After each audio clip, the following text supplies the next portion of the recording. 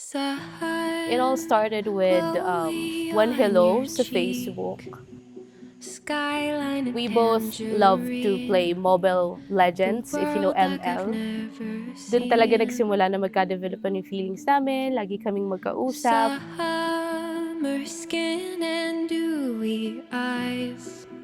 I can't get it through my mind. Magka-chat na kami, magka-video call pa, may mga comments pa sa Facebook. Doon nahulog yung loob namin sa isa't isa. How can all this be? Is it a dream? Nung nakilala ko siya, stable lahat sa akin. Siya yung naglapit sa akin sa Ama, kaya nabago ang buhay ko. Tayo po ay nagkakatipon ngayon sa harapan ng Diyos upang pagbuksin ang kapatid na Jeffrey at kapatid na Maria Arlene sa pamamagitan ng banal na pagkakasal.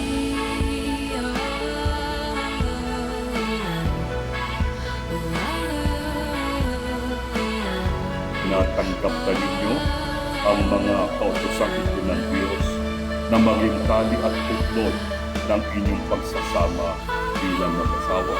Opo. Nakatalaga ba kayo na ito ay sumpaan ngayon sa harapan ng Diyos na maririnig ng inyong mga saksi at ng kapilang ito?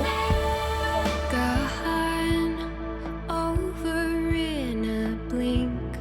Ako si The Jeffrey, wine and the ay kinukuha kita, Maria Arlene, na maging aking tunay na asawa. At ako'y nangangako at nakikipagtipan sa iyo hanggang sa mapaghiwalay tayo ng kamatayan.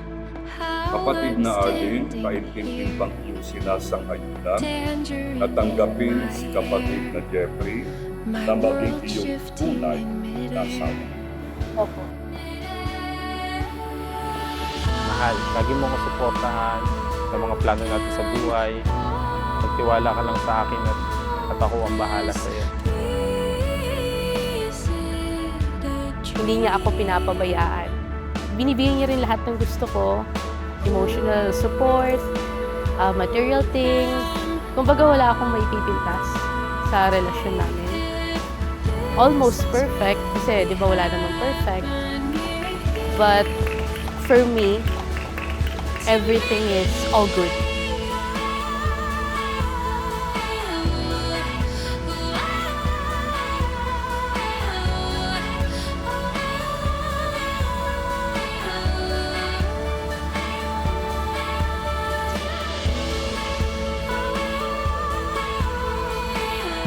Promise na gagawin ko ang lahat ng aking makakaya to become, the best wife para sa'yo, aalagaan, ipagluluto, and mamahalin ka habang buhay.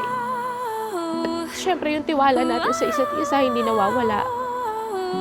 Yung pag-aalaga at pagmamahal.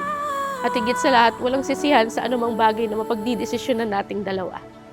Maraming salamat, and I love you so much. Glowy on your cheek. Skyline and tangerine. Tangerine.